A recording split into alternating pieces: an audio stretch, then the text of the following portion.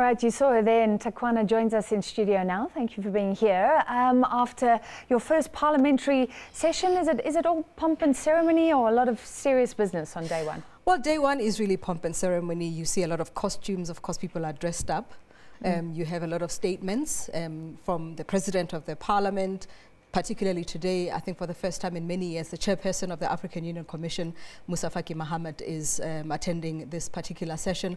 But also you have messages of support from the World Bank today and from other countries. So pomp and ceremony really today. Okay, so Julius Malema hasn't shouted at anyone, caused any drama yet? Well, he promises to. He says that it's going to be vibrant. And we saw that in the last session, his deputy, Floyd Shivambu, who was a member of the PEP Parliament before, had stood up to call somebody to order, a chief who had said that Nkosazana Dlamini-Zuma should be elected by the ANC, and he said this is not the platform to say that. So quite outspoken even in that session, but he says that this particular session with them now being involved, him and other senior members of parliament from South Africa, is going to be a vibrant one. He says that Africa in general should really not be electing 70-year-olds, and those are his words, because they will not be around when we realize the 2063 vision that Africa wants to realize, because if you want them to be accountable, they will not be around when we realize it. And maybe not a bad thing, because I don't think it's too far a stretch to say that the Pan-African Parliament has often been ignored. A lot of African citizens don't know exactly what it does. And today you were talking about the Commission Chair, talking about some of the problems, and one of them being that this hasn't been ratified after 14 years. So what does that mean? That the MPs are going there, but it's not really in existence? Well, again, if I have to quote Julius... And how? Again, if I have to quote Julius Malema, he says, it seems like people who've been coming to the Pan-African Parliament from other African countries have been coming on holiday and to come shopping. Because really, the Parliament does not have power to tell African countries what to do, to call leaders to order, to tell them to be accountable, to make sure that they uphold democratic principles on the continent. So if they're not doing that, if they're not making laws that ensure that the continent moves forward, then what are they doing? So as it is now, only 5 countries have ratified the Malabo Protocol. This is a treaty that gives the Parliament the initial powers it was intended to do, which is to make laws for the continent. Only 5 of the 55 countries have ratified it. South Africa is one of the ones that have not ratified it, even though it continues to support financially, as you know that the Parliament is based here in South Africa.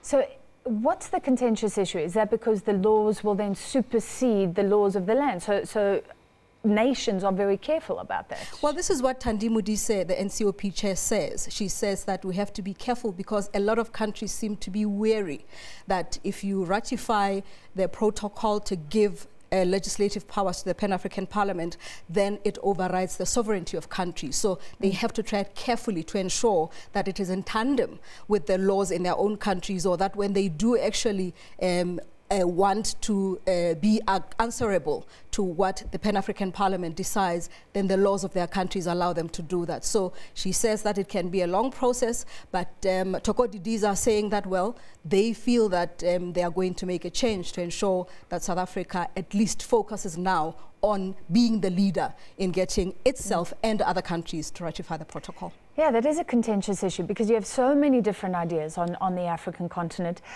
This was another thing that surprised me. The Commission Chair is saying it basically only exists because of foreign donors. So why are African countries not willing to put their money where their mouth is, technically?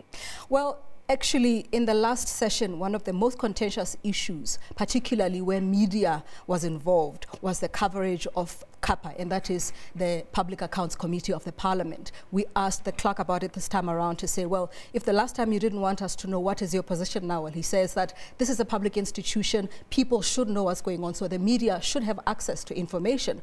But what we saw, and from what members of Parliament were saying the last time, is that there is no accountability. Members of the administration are able to say to members of Parliament, we don't know, we don't have the information, and they're not answerable to anybody. So one of the things I think that Julius Malema mentioned is that corruption is one of the issues that they will deal with, and we know what they've done in South Africa.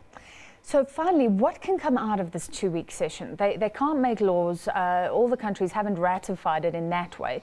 Africa facing many issues. We're talking on the news tonight about a flare-up in South Sudan. What is a best-case scenario in terms of the functionality of the PAP? Well, at this point in time, they say it is an advisory body. So basically what it does, for instance, in this past 3 months or 4 of this new year, we know that committees met, they looked at laws regarding people living with albinism, for instance. We know that they looked at countries adopting laws that ensure media freedom. So some of these are model laws that are then suggested to countries, and only countries can then decide whether or not they adopt those laws. Now, from what we understood when the president and the AU chairperson spoke, they said to us that of the 60 laws that have been suggested by the Pan-African Parliament, only 20 have been adopted by the country. So again, it goes back to this issue, and as the AU chair says, this has to change. We have to look at ensuring, if we want the Pan-African Parliament to exist, to make sure that it has the powers that it's supposed to have. Okay, so modelling or providing best practice for African countries. Thank you so much. Fascinating. For me, I don't know enough about the PAP. Now sitting in Midrand for the next 2 weeks. That was Ntakwana Ngatane.